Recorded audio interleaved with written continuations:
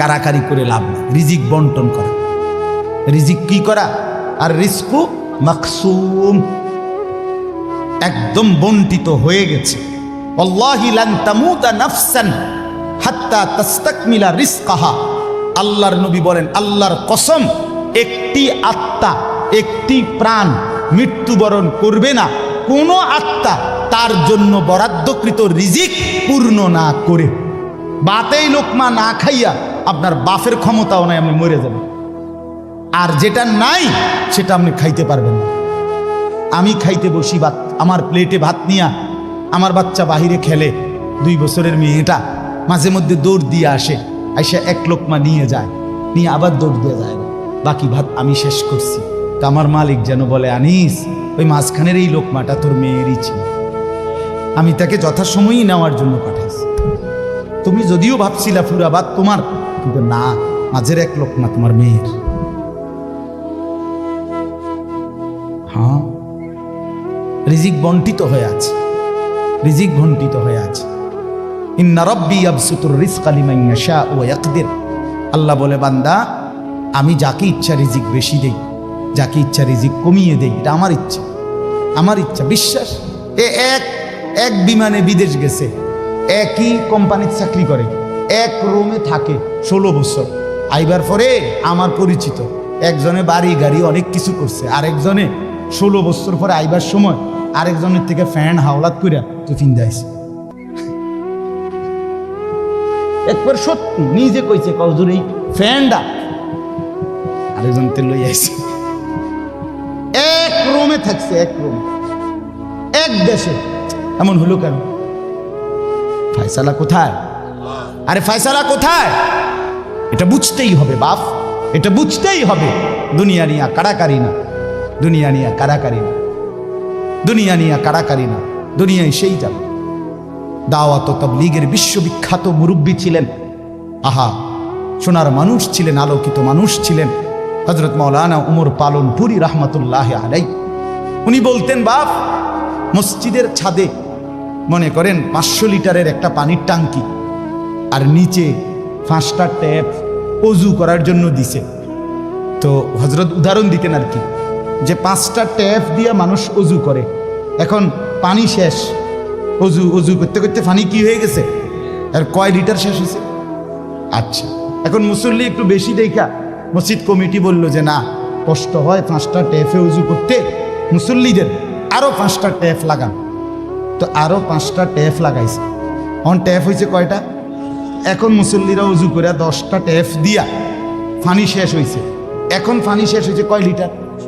ধরো মিয়া, আগে না 5টা থাকতে না 500 লিটার, এখন 1000 লিটার। কি লেগে 1000 লিটার?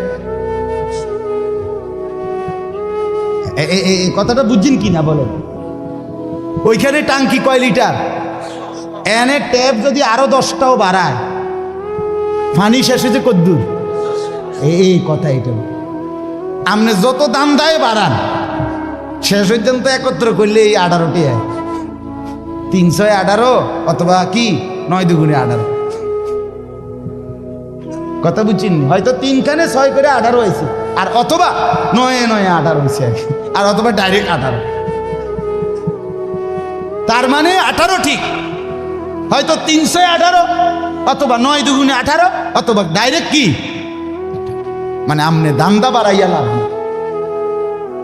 বাড়াইতে হইব ওই টাঙ্কি আসমানে, বাড়াইতে হবে। কোরআনুল কারীমে স্পষ্ট কোরআনের আয়াত আছে, অফিস সামাই রিজকুকুম, একটা ডাইরেক্ট বাংলায় কইছে আল্লাহ। আমার শায়েখ আরিফ বিল্লাহ হাকিমুন নফস আল্লামা মুফতি মুশতাকুন নবী কাসিমি, এ হুজুর মাঝে মাঝে মহব্বতে এই কথাটা বলে। কোনো কথা একদম খুব স্বাভাবিকভাবে যখন আল্লাহ বলছেন, মনে হয় যেন বাংলায় বলছে। আল্লাহ বলে, অফিস সামাই রিজকুকুম, বান্দা, তোমাদের রিজিক আসমানে, আসমানে, আসমান। কোথায় বলেন না? এ খেতে না, গার্মেন্টসে না, মেলে না, ফ্যাক্টরিতে না, এগুলো সব আল্লাহর ফায়সালায়, আসমানি ফায়সালায় এখানে উৎপাদিত হচ্ছে। আল্লাহ আমাদেরকে বুঝ দান করেন। আমি আমার এই কথাটাই হৃদয়ের সবটুকু দিয়ে বুঝাইতে চেষ্টা করলাম।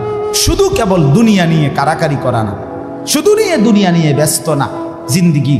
বাপ আমার, যুবক ভাই, তোমার কাছে আমার অনুরোধ, মুরব্বী বাবা আপনাদের কাছে আমার অনুরোধ, কাজে লাগাইলেও এই হায়াত নষ্ট করে দিল এই হায়াত, বন্ধু গড়লেও এই হায়াত নষ্ট করলো এই হায়াত।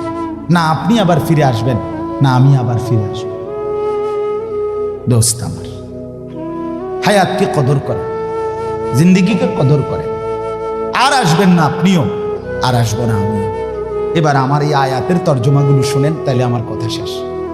আমি কয়েকটা আয়াত, ছোট্ট ছোট্ট আয়াত, 15টা আয়াত পড়ছি। অল্প সময় আমি কথা শেষ করে দিচ্ছি। মূলত এখানে 29 নম্বর পারা, কোরআনুল কারীমের 75 নম্বর সূরা। সূরাটার নাম হলো কিয়ামাহ, মানে কিয়ামত। কিয়ামত আর কি, এই শব্দটা, এই সূরাটার নাম। কোরআনুল কারীমের মধ্যে পুরা কোরআনে 30 পারা কোরআনে মৌলিক আলোচ্য বিষয় হলো 3টা, মোটা দাগে। এই 3টারই বিস্তারিত আলোচনা ব্যাখ্যা হলো কোরআন। 3 কথা মূল আলোচনা কোরআন: তাওহীদ, রিসালাত, আখিরাত। কোন তো কি কইছি? এই 3 কথা পুরা কোরআনের বক্তব্য। এই 3 কথা আমাদের প্রিয় নবী সাল্লাল্লাহু আলাইহি সাল্লামের 23 বছরের সমস্ত কথা, জিন্দিগির খোলাসা। বুঝছেন কিনা? পুরা ইসলামের সারাংশ এই 3টা কথা: তাওহীদ, রিসালাত, আখিরাত। তাওহীদ কি? তাওহীদ হলো লা ইলাহা ইল্লাল্লাহ, এই ঈমান, এই কালেমা। লা ইলাহা ইল্লাল্লাহর যত দাবি, লা ইলাহা ইল্লাল্লাহ এটা আপনার কাছে যা যা দাবি করে এই সবটা আদায় করা, পালন করা, এটা তাওহীদ। লা ইলাহা ইল্লাল্লাহ এই কথা আপনার কাছে দাবি করে শুধু এই শব্দটা মুখস্থ রাখবেন আর বাকি যা মন চা তাই করবেন, এটা না। লা ইলাহা ইল্লাল্লাহ আপনার কাছে দাবি করে যে তাওহীদ মানে একত্ববাদ। এক আসমানে, 7 আসমানে, 7 তবক জমিনে, কায়নাতের যেখানে যা তা হচ্ছে শুধু একজনের ইচ্ছায়, তিনি আল্লাহ।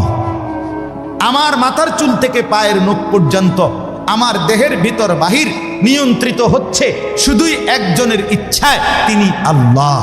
আমার জিন্দিগির হাসি কান্না, আনন্দ বেদনা, দুঃখ সুখ, প্রয়োজন অপ্রয়োজন, আমার চাওয়া পাওয়া, প্রাপ্তি অপ্রাপ্তি, সুখ দুঃখ সব কিছু আমার ভিতর বাহির পূর্ণ করবেন, পূরণ হবে যার মাধ্যমে, তিনি শুধুই একজন আল্লাহ।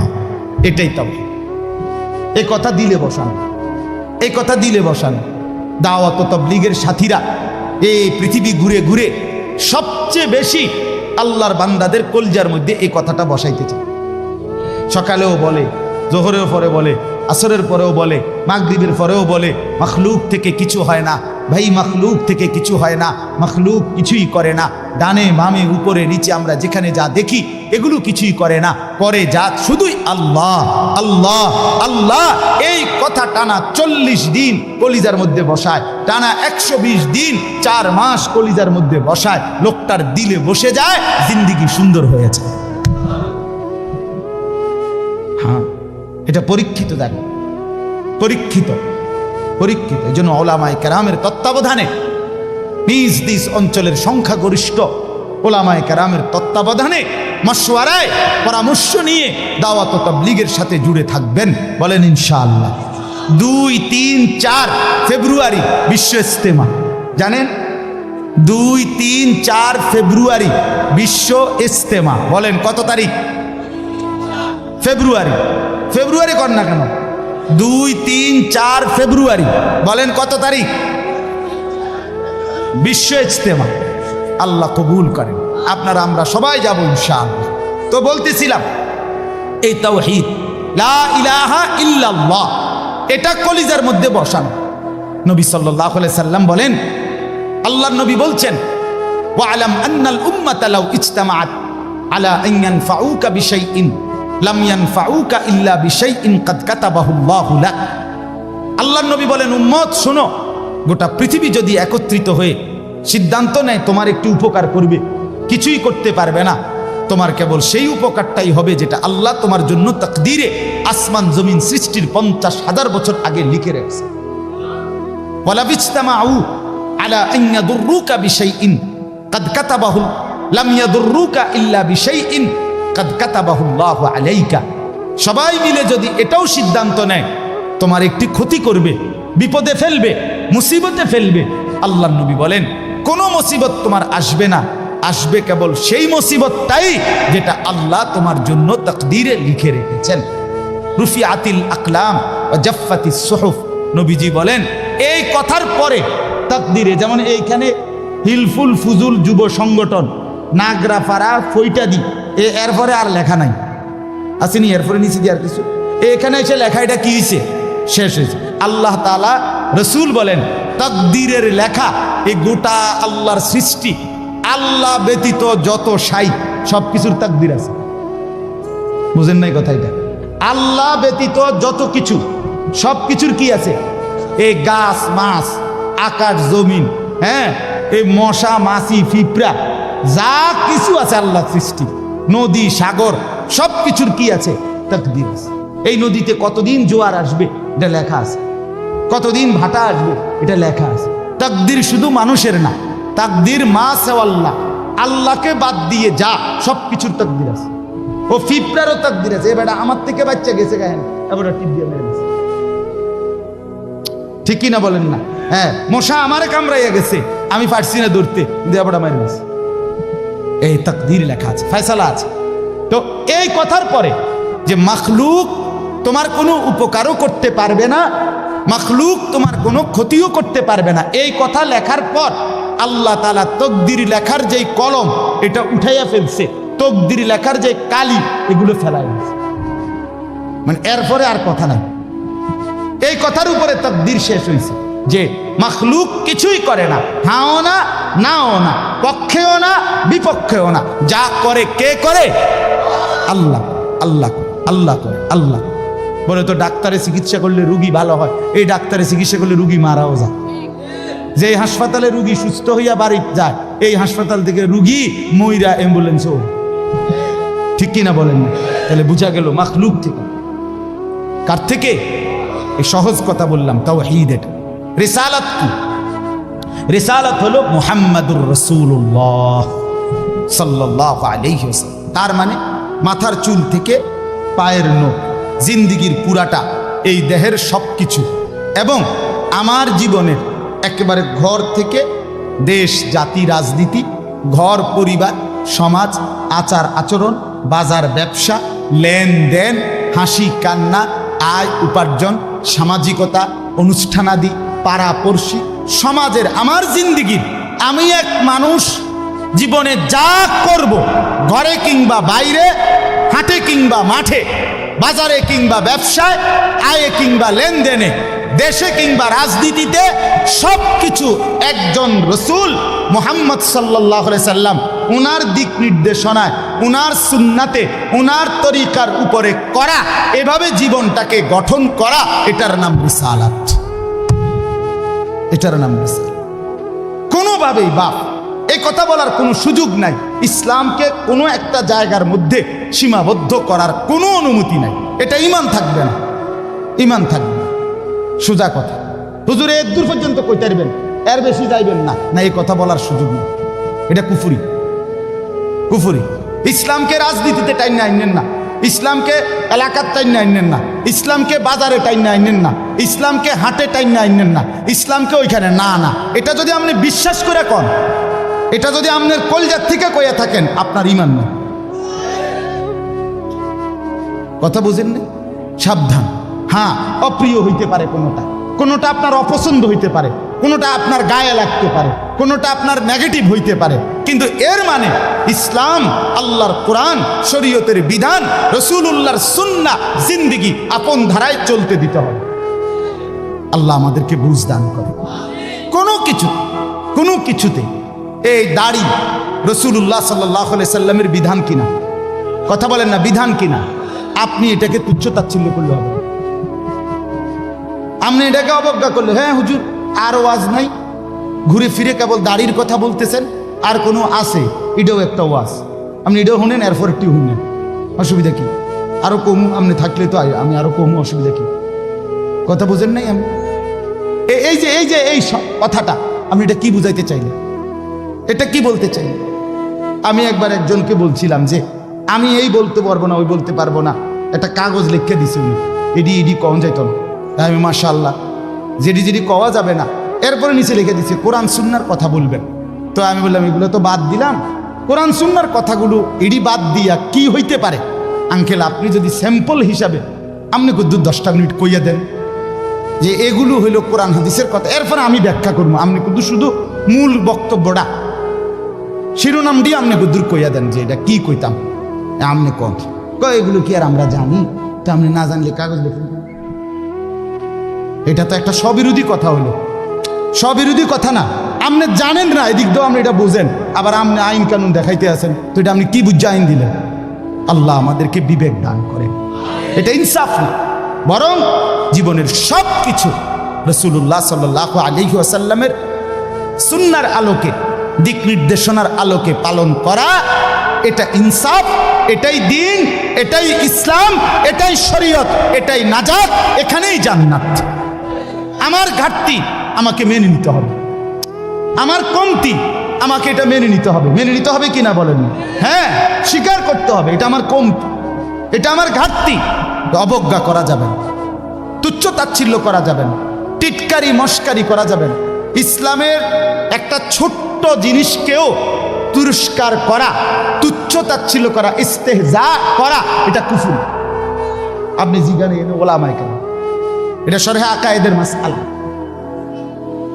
কুফরি। আমনে দাড়িকে, মেসওয়াককে, টুপিকে, পাঞ্জাব, যা কিছু ইসলামের নিদর্শন, তার একটি জিনিসকেও আপনি অবজ্ঞা করতে পারবেন না।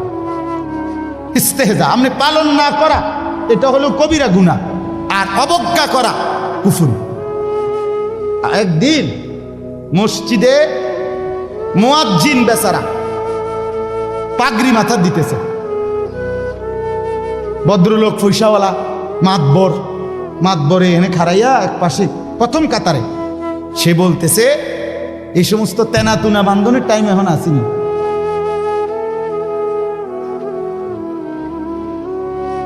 বুঝছেন? প্রথম কাতারে পয়সা ওরা টাইলসের টিয়া দিছে, বুঝেন না কথাটা? মসজিদে টাইলসের টিয়া দিছে, ওরাই তো মসজিদে তো উনি টাইলস না দিলে আমরা নামাজ পড়লাম বলে কেমনি? বাপরে বাপ, আপনি এটা কি বলবেন? কাকে তিরস্কার করলেন? আমার এই দুই চোখে আমি দেখছি, এই চোখে ভদ্রলোক কোটি কোটি টাকার মালিক, প্রাইভেট ব্যাংকের ভাইস চেয়ারম্যান, উনি জানাজা পড়ছে। জানাজার আগে ইমাম সাহেব, স্থানীয় একজন ইমাম সাহেব কবরের আযাবের দুইটা কথা কইছে। ওই উনি একটু 4-5 মিনিট বলাতে 2-4 জন নেতা বক্তব্য দিতে পারে না। হইতে পারে না যে জানাজার আগে দিয়ে কুদুর কথা কয়, কথা বুঝছেন কি? এটা কোনোভাবেই সুন্নত না, সুন্নত কোনো তরিকা না, কেমনে চালু হয়ে গেছে। যাই হোক, তো ওই ইমাম সাহেব কবরের আযাবের কথাটা বলাতে হতে পারে 2-4 জন নেতার বক্তব্য দিতে কি হয়েছে, একটু সময় হয়েছে না বা পারছে না দিতে। এই জায়গাটা নইলে আরো 2 জন দূর কথা কইতো, ওই ভুল উচ্চারণে কইতো, আরে কুল্লু নাফসিন যায়কাতুল মউত। আপনি এতটি জানাজা পড়েন, আপনি দূরে এই লাইনটাও ঠিক করতে পারলেন না। এই কথাটা কমপক্ষে ঠিক করতেন যে আমি যেহেতু প্রায় জানাজা ফরন লাগে, হ্যাঁ এটা তো কদ্দূর ঠিক করি না, এইটাও করতে পারেন। তো যাই হোক, উনি ডাইকা ইমাম সাহেবকে বলতেছে, আমি নিজে দেখছি, উনি ডাইকা বলতেছে, হুজুর কবরের আযাবের মিথ্যা ভয় দেখিয়ে লোকদেরকে আর কতদিন বোকা বানিয়ে রাখবেন? মুসলমানের বাচ্চা জানাজা পড়ছে, অহংকার করে গেলেন দুনিয়াতে, আর কি এরপরে মরতেন না, আপনি মরতেন না, আপনি কবরে যাইতেন না শেষ পর্যন্ত, না ফেরেশতা আপনারে দেখবে না কবরে। আল্লাহ আমাদেরকে বুঝ দান করে। আমার বাপ, আমি দিল থেকে বলতেছি, অন্তর থেকে, পুরা দিন রাসূলুল্লাহ সাল্লাল্লাহু আলাইহি ওয়াসাল্লামের সুন্নাতকে, নবীজির কোনো তরিকাকে, কোনো কথাকে আপনি প্রথম ধাক্কায় ফেলে দিবেন না। কথা রুচিন কিনা বলেন, মাথা নোয়ায় ফেলবেন, নত নিজেকে ছোট করেন, এরপরে ভাবেন আমার এই ত্রুটির সমাধান কি করতে পারি। ঠিক কিনা বলেন না? আল্লাহর কাছে বলেন, মাওলা আমি যে এই কারণে পারতেছি না, আপনি তৌফিক দেন, আপনি সুযোগ দেন, আপনি ব্যবস্থা করেন। আল্লাহ চাইলে ব্যবস্থা করেন। তাহলে রিসালাত। 3 নাম্বার হলো আখিরাত। 3 নাম্বার হলো কি? আখিরাত মানে জীবনের সব কিছুকে আখিরাতকে মাথায় নিয়ে আমাকে মরতে হবে। কবর, হাসর, মিজান, ফুলসিরাত, আমার হিসাব, আমার আমল নামা, ফুলসিরাত পার, জান্নাত কিংবা জাহান্নাম, এইটাকে মাথায় রেখেই আমার হাঁটা চলা, আয় উপার্জন, স্ত্রী সন্তান, সংসার, আমার চলা ফেরা, আচার অনুষ্ঠান, বাজার ব্যবসা, লেনদেন, মানে কোনো কিছু করতে গিয়ে আমার যেন আখিরাত ক্ষতিগ্রস্ত হয়। ওয়া ইন্না দারাল আখিরাতা লাহিয়াল হায়াওয়ান। আল্লাহ বলছে বান্দা ওই আখিরাতটাই হলো বেঁচে থাকা। দুনিয়া তামাশা। কোরআনের স্পষ্ট আয়াত, ওমা হাদিহিল হায়াতুদ দুনিয়া ইল্লা লাহবুন ওয়া লাইব। আল্লাহ বলছে বান্দা দুনিয়া আর কিছুই নয়, শুধুই তামাশা, শুধুই খেলাধুলা। অতএব দয়া করে, আমার সময় নাই, আমি আর বাড়াতে পারছি না, কিন্তু এই কথাটাই আপনাদেরকে বুঝাইতে চাই, আমার সব কিছুর মধ্যে আখিরাতকে সাথে নিয়ে সামনে নিয়ে যদি জীবন চালাই, আল্লাহর কসম দুনিয়ার সব প্রয়োজন পূরণ হবে, আখিরাতের জান্নাতও মিলে যাবে। আপনি ঠকবেন না বাপ। ফজরের নামাজ পড়লে কেউ ঠকে না, 5 ওয়াক্ত নামাজ পড়লে কেউ ঠকে নাই দোস্ত। হারাম উপার্জন করে কেউ লাভবান হয় নাই। গুনাহ কাউরে তৃপ্তি দেয় না, গুনাহ কাউরে, কোনো সুদখোর তৃপ্তিতে নাই, কোনো ঘুষখোর তৃপ্তিতে নাই, কোনো কিস্তিওয়ালা তৃপ্তিতে নাই। 90,000 টাকা ইনকাম করে, 60,000 70,000 মাসে ন্যূনতম কামাই। আমি নিজে জিগাইছি, কাকু কিস্তি কয়টা? 60টা। কিস্তি চলে 60টা, মাসে ইনকাম 70,000। তাহলে 70,000 টাকা ইনকামের পরে যদি কিস্তি চলে 60টা, আমার মসজিদের ইমাম সাহেবের বেতন 10,000 8,000, এবার আর কিস্তি চলার কথা কয়টা? কিন্তু ইমাম সাহেবের কোনো কিস্তি নাই। ঠিক কিনা বলেন না? ইমাম সাহেব কিস্তিও নেয় না, এশার নামাজের পরে ফজর পর্যন্ত চুরিও করে না, ডাকাতিও করে না। বেটা মালিকের ঘরে সেজদা করে, আল্লাহর ঘরের গোলামি করে, খোদার 30 দিন 10,000 টাকা দিয়ে বউ বাচ্চা নিয়ে ইজ্জতের সাথে হাসি মুখে ধোয়া সাদা পরিষ্কার পায়জামা পাঞ্জাবি পরে আল্লাহর জিন্দিগি, আল্লাহর দুনিয়ায় জিন্দিগি কাটায় ফেলে। ওনার কিস্তি লাগে। আমার একবার একজনে কইছে, হুজুর রে আল্লাহ চালা, এরকম কইছি, আর একজন কইয়ে উঠছে, আর আমি কিন্তু আমনেরে কি ইবলিসে চালায়, আমনেরে কি শয়তানে চালাইনি? কথা বলেন না কেন? তো যে আল্লাহ হুজুর রে 80,000 টাকা দিয়ে চালাইতারে, আমনেরে চালাইতে 80,000 লাগে কেন? আমনের কিস্তি 4টা লাগে কেন? আমনে মূলত শয়তানের হাতে নিজেকে তুলে দিছেন। আল্লাহর হাত থেকে ছুটাইয়া নিয়া কার হাতে দিছেন? ইবলিসের হাতে। ইবলিসের হাতে আপনি সুখ পাইতেন না, মনে রাখেন। আমি লিখকে দিলাম, সিল মাইরে দেবো, আমার সিল আছে, সুন্দর সিল, ওই যে কম্পিউটার সিল যে থাক, আমার এডি সিল আছে। আপনি সুখ পাইতেন না, আপনি তৃপ্তি পাবেন না। গুনাহ তৃপ্তি দেয় না। এক সাগর, আটলান্টিক মহাসাগরের সব পানি যদি কোনো নেশাখোর, মদখোর, কোনো গাঞ্জাখোরকে দেওয়া হয়, সব পান করার পরেও তার তৃপ্তি হবে না। কিন্তু 1 গ্লাস পবিত্র পানি পান করে তৃপ্ত হয়ে যায় হালাল। সারা পৃথিবীর 100 কোটি নারী যদি আজকের অসভ্য উলঙ্গ ছবি দেখে, যেই যুবক এরে যদি 100 কোটি নারীও উলঙ্গ করে দেখায়, কসম আল্লাহর, এই জানোয়ারের তৃপ্তি হবে না। কিন্তু একজন পুরুষ 70 বছর 90 বছর একজন হালাল স্ত্রী দিয়া তার জিন্দিগি কাটায় ফেলে। হালাল তৃপ্তি দেয়, হারাম কি দেয় না? আল্লাহ আমাদেরকে বুঝ দান করে। অতএব আখিরাতকে বাদ না দেওয়া। যুবক বন্ধু তুমিও না, বুড়া বাপ আপনিও না, পর্দার আড়ালের মা বোন আপনারাও না। আল্লাহ আপনাদেরকে তৌফিক দেন, আল্লাহ আপনাদেরকে কবুল করেন। এই আয়াতগুলোতে আল্লাহ আখিরাতের কথা বলছে। আমি শুধু এক টানে তর্জমা বলছি, লা উকসিমু বিয়াউমিল কিয়ামা। আল্লাহ বলেন আমি কসম করছি কিয়ামতের দিনের। ওয়ালা উকসিমু বিন-নাফসিল লাওয়ামা। সাথে সাথে আমি আল্লাহ কসম করছি ওই অন্তরের, যেই অন্তর মানুষকে গুনাহের কারণে তিরস্কার করে, নেক কাজে উৎসাহিত করে। সুবহান। আয়াহসাবুল ইনসানু আল্লান নাজমা ইজামা, আল্লাহ বলে মানুষ তোমরা কি ভেবেছ, তোমরা কি এই মনে করো আমি আল্লাহ কবর থেকে ছড়িয়ে ছিটিয়ে যাওয়া হাড্ডি গোশত যেগুলো ছিন্ন ভিন্ন হয়ে নিঃশেষ হয়ে গেছে, আমি সেগুলোকে একত্রিত করতে পারবো না? সুবহান। আল্লাহ বলে বালা কাদিরিনা আলা আন নুসাব্বিয়া বানানা। এক মিনিট, এই যে ফিঙ্গার দেয় যে, বুঝেননি? ফিঙ্গার নেয় না এমনি, ফিঙ্গার এই এতটুকু জায়গার মধ্যে 800 কোটি মানুষ যদি ফিঙ্গার দেয়, এই জায়গা একরকম একই সাইজের এই বৃদ্ধাঙ্গুলির এটা, কিন্তু 800 কোটি ফিঙ্গার ভিন্ন ভিন্ন। আচ্ছা, এই এদুর জায়গার ভিতরে 800 কোটি ডিজাইন কেমনে করলো? বুঝেন না কথাটা? জায়গাতেই করবে। এটার ভিতরে আপনি কয়টা আঁক দিয়ে কয়টা আলগা আলগা করতেন পারবেন? করেন না, আপনার 30টা নাহলে 300টা। 800 কোটি কেমনে করলো? ফিঙ্গার এটা এখানে আমাকে হাজি মহিলা হারায় গেছে, বেডি রোমের থেকে চলে গেছে মক্কা শরীফ, কিচ্ছু নিছে না, কারণ কোনো কাগজ বেডি লাগে না, পাই না হারায় গেছে। রাত্র 11টা বাজে মহিলারে মোয়াল্লেমে গিয়া ঠিকই সৌদি আরব মোয়াল্লেম অফিস থেকে নিয়ে আসছে। কেমনে আনলো? ও ফিঙ্গার দিছে আর বেডির পুরা ঠিকানা বাইছে। বুঝেন না? ওই এয়ারপোর্টে না কি নিছে? ফিঙ্গার নিছে। তাইলে আল্লাহ বলেন বান্দা আমি আল্লাহ শুধু হাড্ডি গুড্ডি ফেরত দেব না, ফিঙ্গারও ফেরত দেব। বালা কাদিরিনা আলা আন নুসাব্বিয়া বানানা। এই বানানা অর্থ আঙ্গুলের অগ্রভাগ।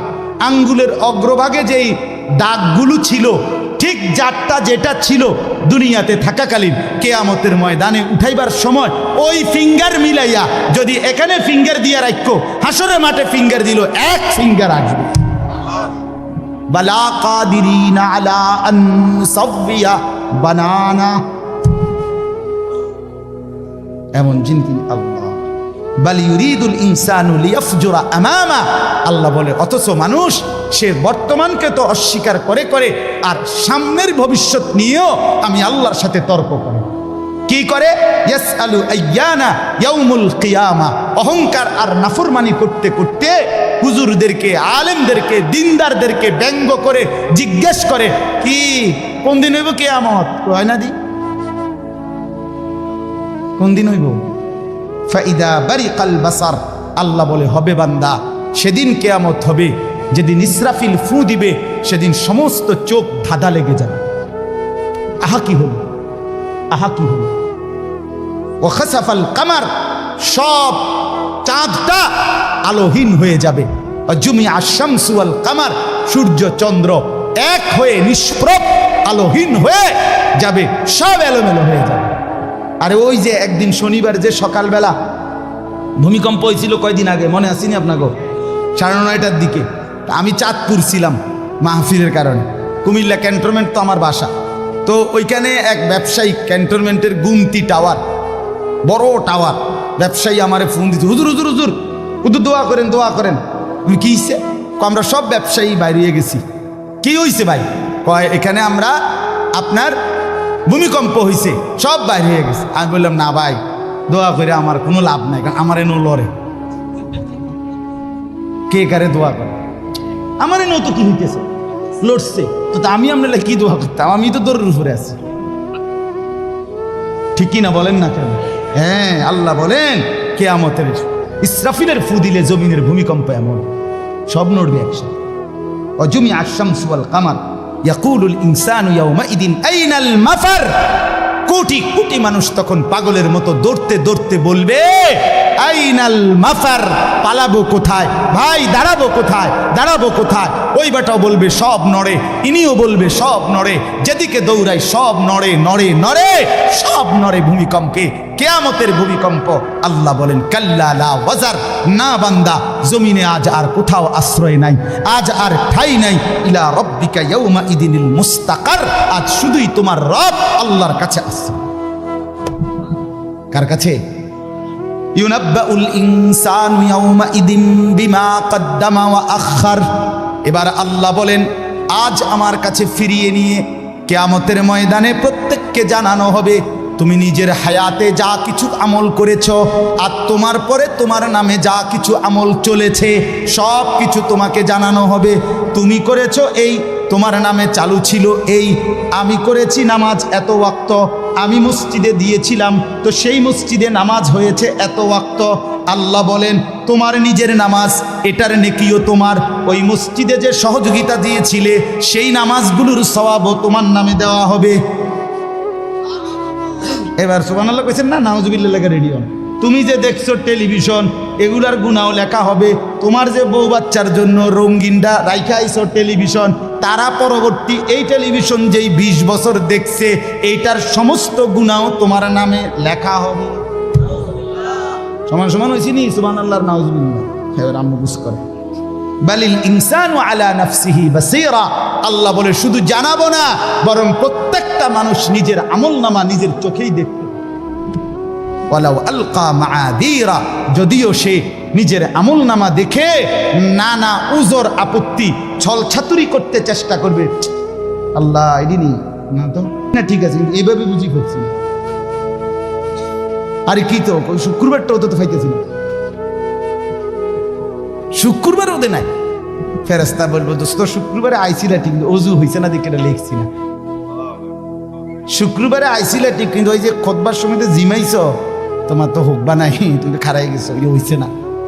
বাদ সদর বদরেরই। হ্যাঁ, আল্লাহ বলেন বান্দা ওজোর পেশ করবে, কিন্তু আমি তার কোনো ওজোর শুনবো না। আল্লাহ আমাদের প্রত্যেককে আখিরাতের জন্য প্রস্তুতি নেওয়ার তৌফিক দান করেন। আমরা বাঁচবার উপায় নাই, আমরা আড়াল করবার উপায় নাই, লুকাইবার কোনো সুযোগ নাই। আছে কি কোনো সুযোগ? অতএব দোস্ত আমার, লা ইলাহা ইল্লাল্লাহকে মেনে নেন, মুহাম্মাদুর রাসূলুল্লাহকে জীবনে পুরা জিন্দেগি রাসূলের সুন্নাতকে গ্রহণ করেন, আখিরাতের জন্য প্রস্তুতি নেন। আল্লাহ তৌফিক দেন, আল্লাহ কবুল করেন। যুবক ভাই 5 ওয়াক্ত নামাজ পড়ো, ফজরের নামাজ কষ্ট করে হলেও পড়ো। মোবাইলের উলঙ্গ ছবি, নাচ গান, নর্তকী দেখা ছেড়ে দাও দোস্ত আমার। বাপ চাচারা বিড়ি সিগারেট খাওয়া বন্ধ করে দেন, চায়ের দোকানের আড্ডা বন্ধ করে দেন। হায়াতের শেষ টাইমটা আল্লাহর তাসবিহ, কোরআনুল কারীমের তেলাওয়াত আর তাহাজ্জুদ নামাজ পড়ে জিন্দেগিটা কাটান। পর্দার আড়ালের মা বোন নিজের ইজ্জত, নিজের পর্দা, নিজের সতীত্ব, নিজের সম্ভ্রমের কদর করেন। বোন আমার, মা আমার, বিবি আমার, বোন আমার, আল্লাহর দোহাই বলি, যে নারীর পর্দা নাই, যে নারীর ইজ্জত নাই, যে নারীর সম্ভ্রম নাই, তার কিচ্ছু নাই, কিচ্ছু নাই, কিচ্ছু নাই। এটা প্লাস্টিক, এটা শোপিস, এটা উপঢৌকন, এটা উপভোগের একটা বস্তু, যেটাকে দর্শক শুধু দেখে আর মজা নেয়। আল্লাহ আমাদের মা বোনদেরকে ইজ্জতের কদর বুঝবার তৌফিক দান করেন।